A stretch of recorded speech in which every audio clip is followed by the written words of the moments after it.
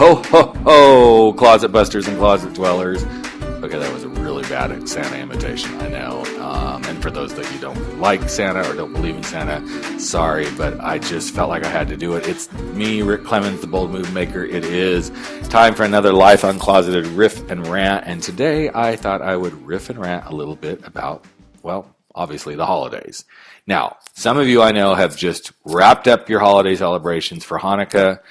A lot of you are just entering into those final frenzied moments of getting ready for Christmas. And of course, all of us are about to come into another new year. Wow, 2018. You know, as I was thinking about 2018, I thought 2020. I remember when I was a kid and people would talk about the year 2020, and I thought, that's so far away. And now here it is getting closer and closer by the moment. But that's not what we're here to talk about. What we're here to talk about, or what I'm here to talk about and to rant and rave on a little bit, which I don't think it's really a rant. It's just something that kind of struck me that I'd really like to invite you to take a holiday hiatus. Now, what do I mean by a hiatus? Well, I think a lot of us come into the holidays going, okay, let's do this. This is what we always do. This is how we show up.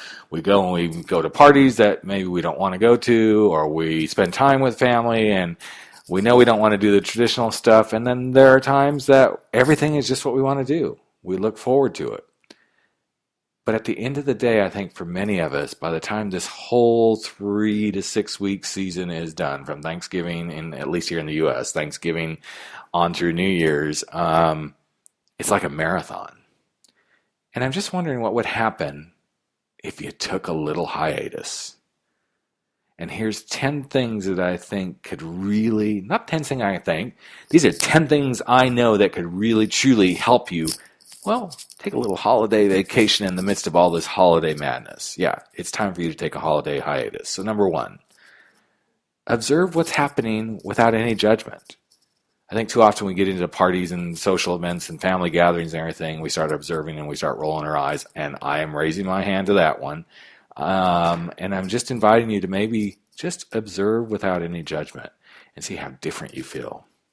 Number two is kind of candlelight somebody else. Okay, so I would rather have said spotlight, but I'm trying to do the holiday theme thing here. So kind of light a candle in your mind and honor somebody else. Let them be in the spotlight during these holiday festivities. So that's number two.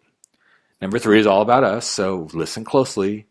I would really like you to focus on what you really want to experience and get out of the holidays. This is one of the most beautiful ways to start to uncloset yourself from a lot of anxiety and all that sort of stuff. So focus on what you really want. Could be something material, but I'm going to invite you to think about come January 2nd or 3rd, what would you like to be thinking that you got from the holidays? So there's going to be another little thing I'm going to give you here in a few minutes on the list that's going to help you focus on what you want. But and then take a chill pill, for crying out loud. Just chill.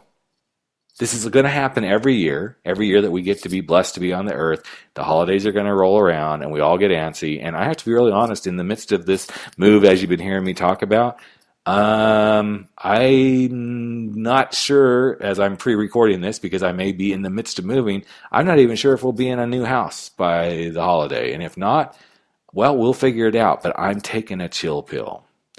The next one I want to invite you to do, this is number 5, is activate your senses. Like really, truly activate the senses around the holidays.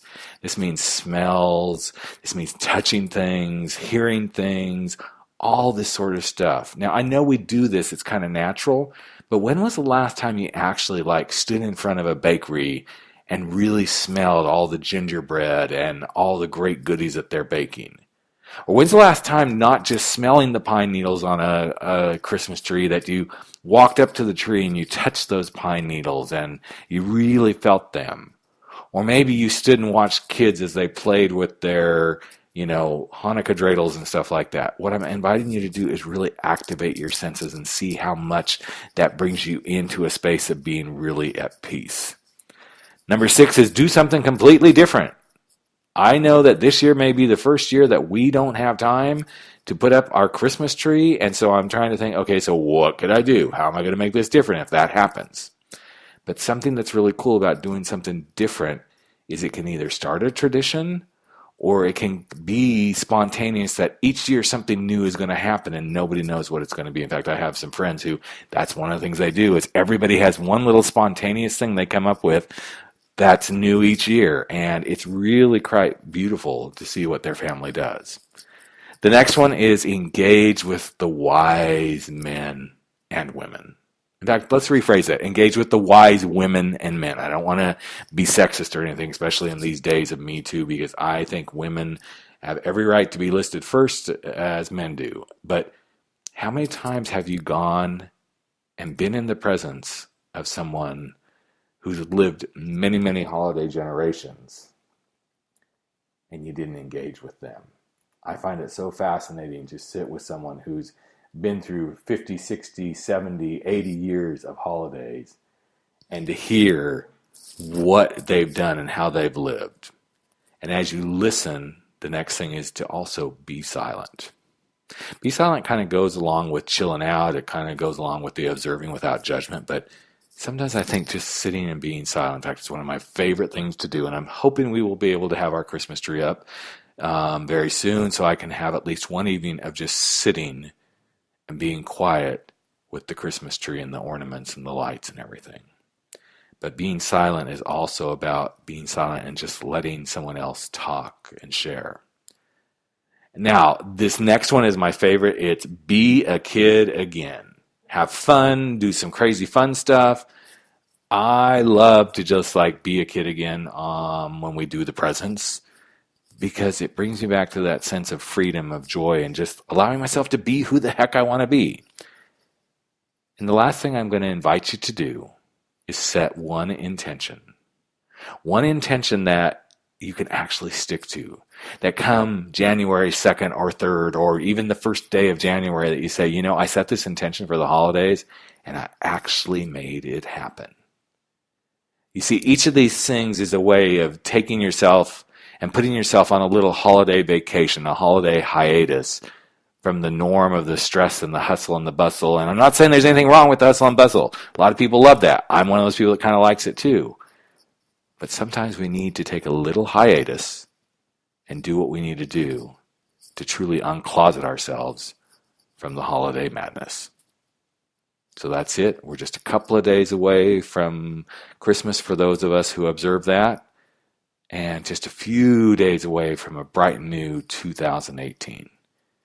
And with that, I just want to say happy holidays, Merry Christmas, Happy Hanukkah, Kwanzaa, all the beautiful holidays that happen at this time of year.